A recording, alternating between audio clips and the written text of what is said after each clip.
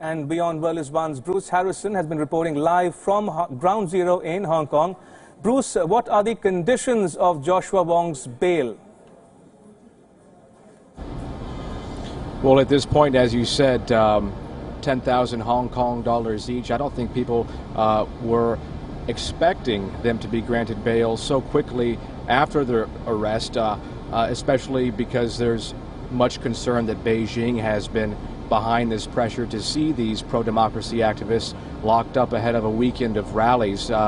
But they're not allowed to leave the city, as I believe at this time. But I don't think there'd be any possibility for that anyway. There's so much fear right now among Hong Kongers to cross the border, whether it's the mainland into Shenzhen or by air, because we just saw recently that Andy Chan, another pro-independence activist and the founder of a now banned political party here, was arrested last night trying to board a plane. So I don't think the conditions of the bail would be as much of a worry as just the factors these activists fear that are already in place about leaving the area.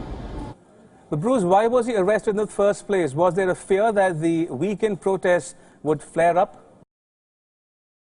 It seems that the Hong Kong authorities perhaps were trying to send a message, trying to pressure demonstrators to back down by arresting some of these key activists. But ultimately, I think that has worked against the Hong Kong government and perhaps Beijing, which is believed to be pressuring Hong Kong to conduct police crackdowns and suppress the movement, simply because this is by arresting key figures.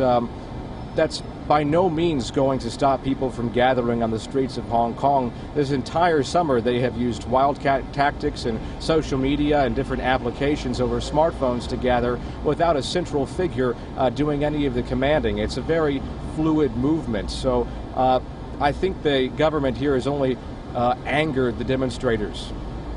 And also, Bruce, will the curfew imposed on Joshua Wong affect his participation in the weekend protests? I think that mood is quite widespread among the demonstrators.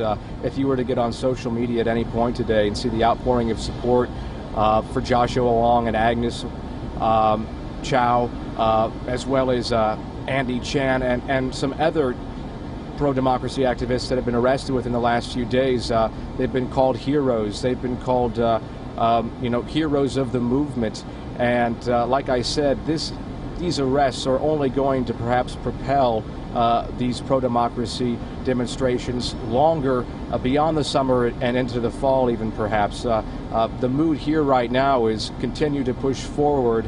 It's a now or never opportunity to stand your ground and say we don't want to be a part of mainland China, we don't want to be under Chinese control. That's certainly the mood, and I think that will be the mood tomorrow, beyond tonight's silent protest and into the weekend's perhaps march or rally. Even though they've been denied by the local authorities, people are still talking about forming up on the streets, which could once again be a chaotic scene.